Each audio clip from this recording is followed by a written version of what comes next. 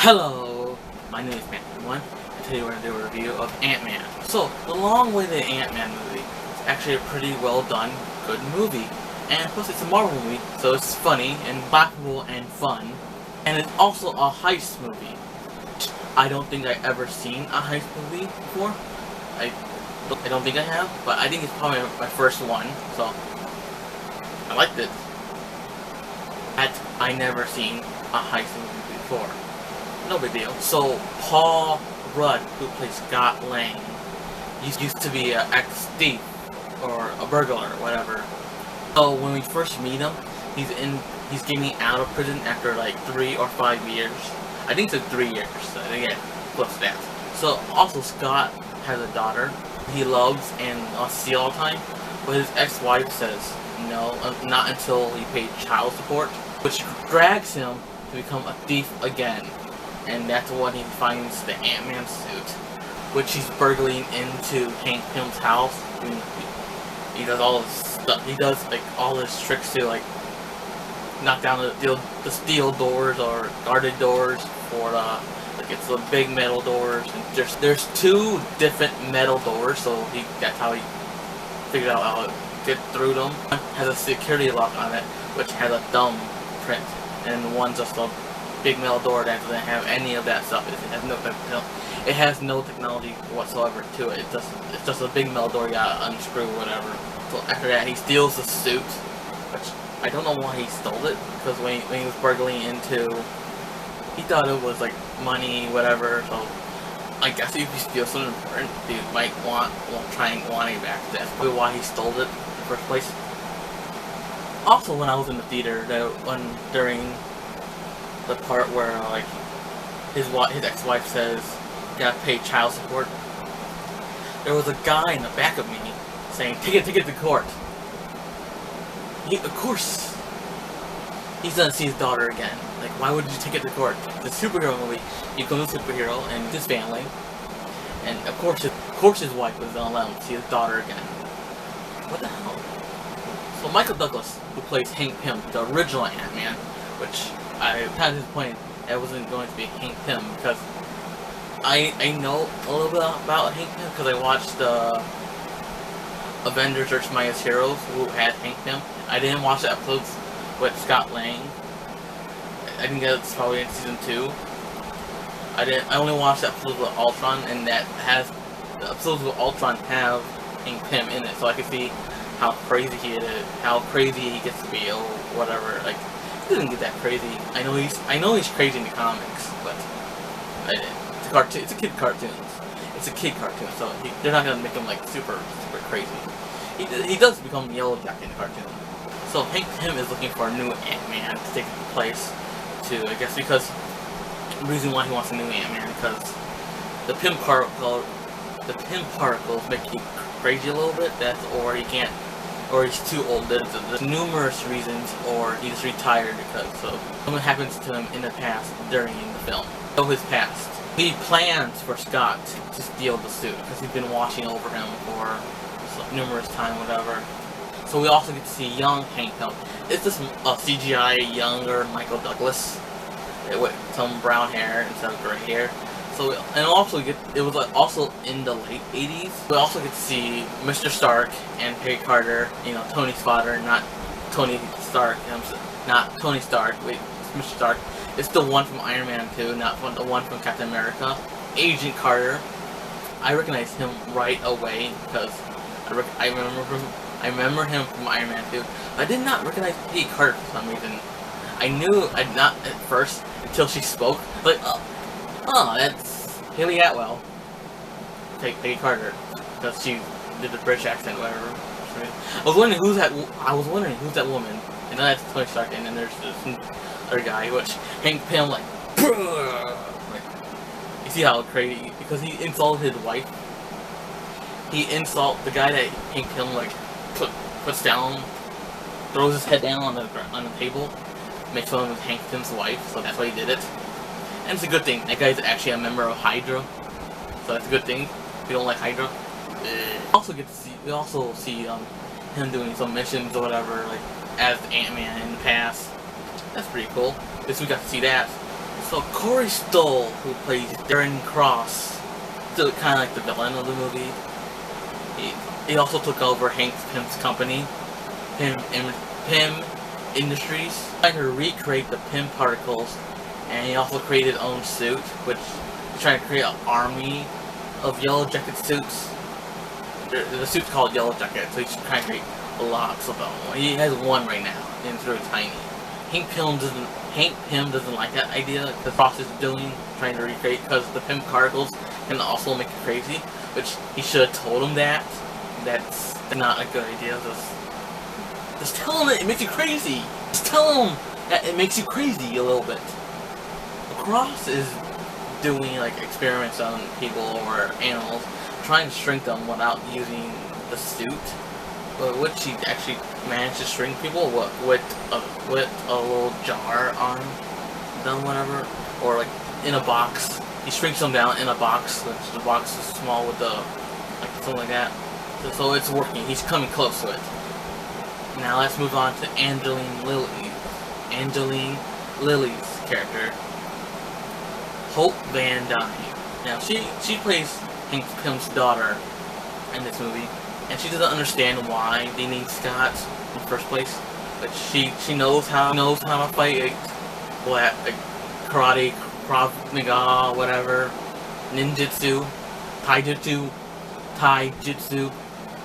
whatever. Some kamehamehas.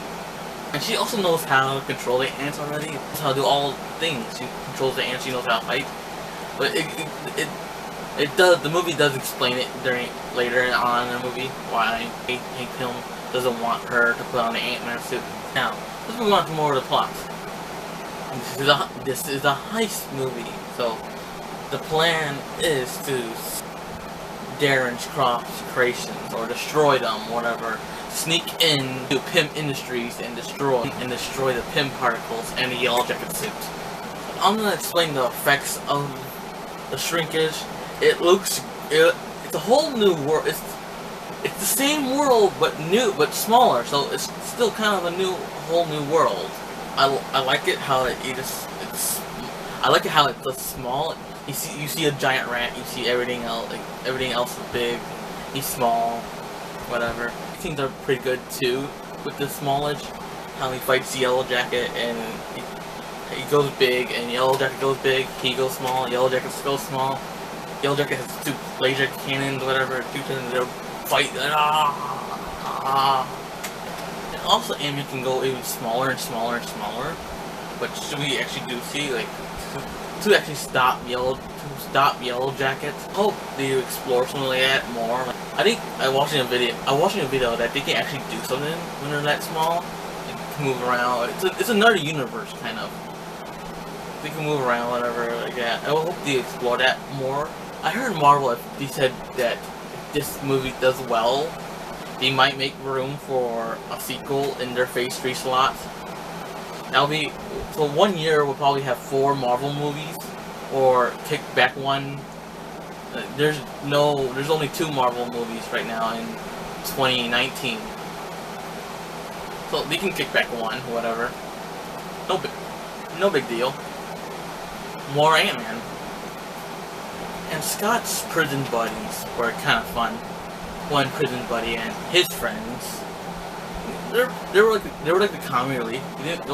We didn't see much of them, but we saw enough of them. They were like, well, towards the end we saw a lot of them.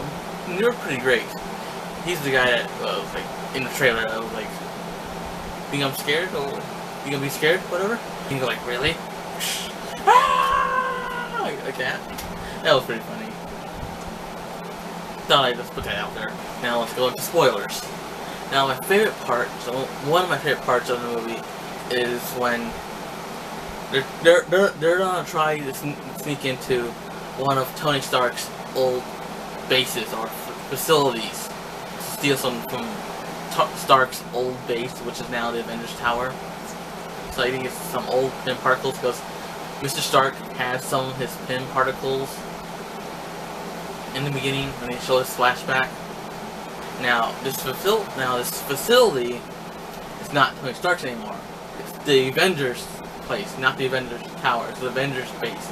It's the Avengers base, not the Avengers Tower anymore, because that was destroyed. If you've seen so if you've seen like the trailers with the Falcon in it, yeah, it gets spoiled. I think it spoiled me. It spoiled it for me too. And I also, if you thought that this was going to be at the end of the movie, it's not like how they did.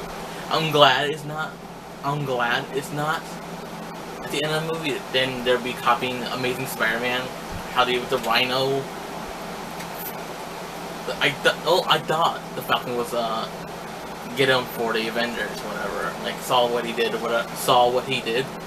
how he stopped Yellow Jacket.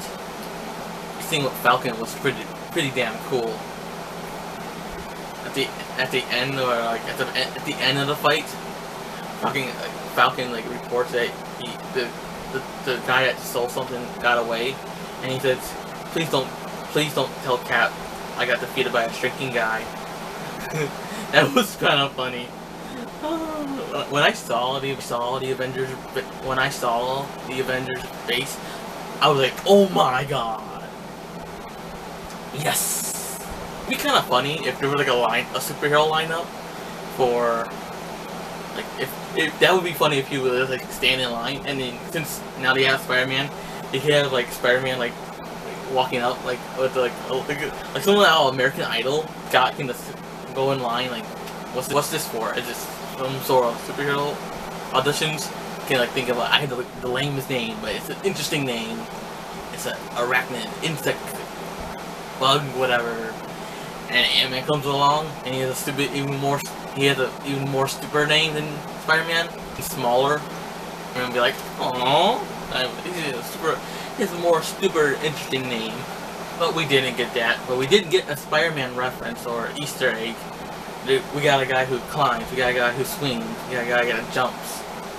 That's reference. That's like almost Spider-Man right there. We also get to see a Stan Lee cameo, which it was at the end. I thought they were not to show Stan Lee, because I didn't think I was thinking, did he create Ant-Man? Did he create Ant-Man? Or did he not create Scott Lang? I think he created both characters, I think so. So, it was a big woo when they finally showed Stan Lee. Yeah, so I hope you like this review. I would do an end credits video tomorrow, explaining what I think what's gonna happen in the next Marvel movies, which it could be whatever, either Ant-Man 2 or Civil War or whatever. So I give Ant-Man a B+. I think that's a good rating for this movie. You should go see it. I've been Matt, been the one, so please comment, like, and subscribe for more videos. And explosion!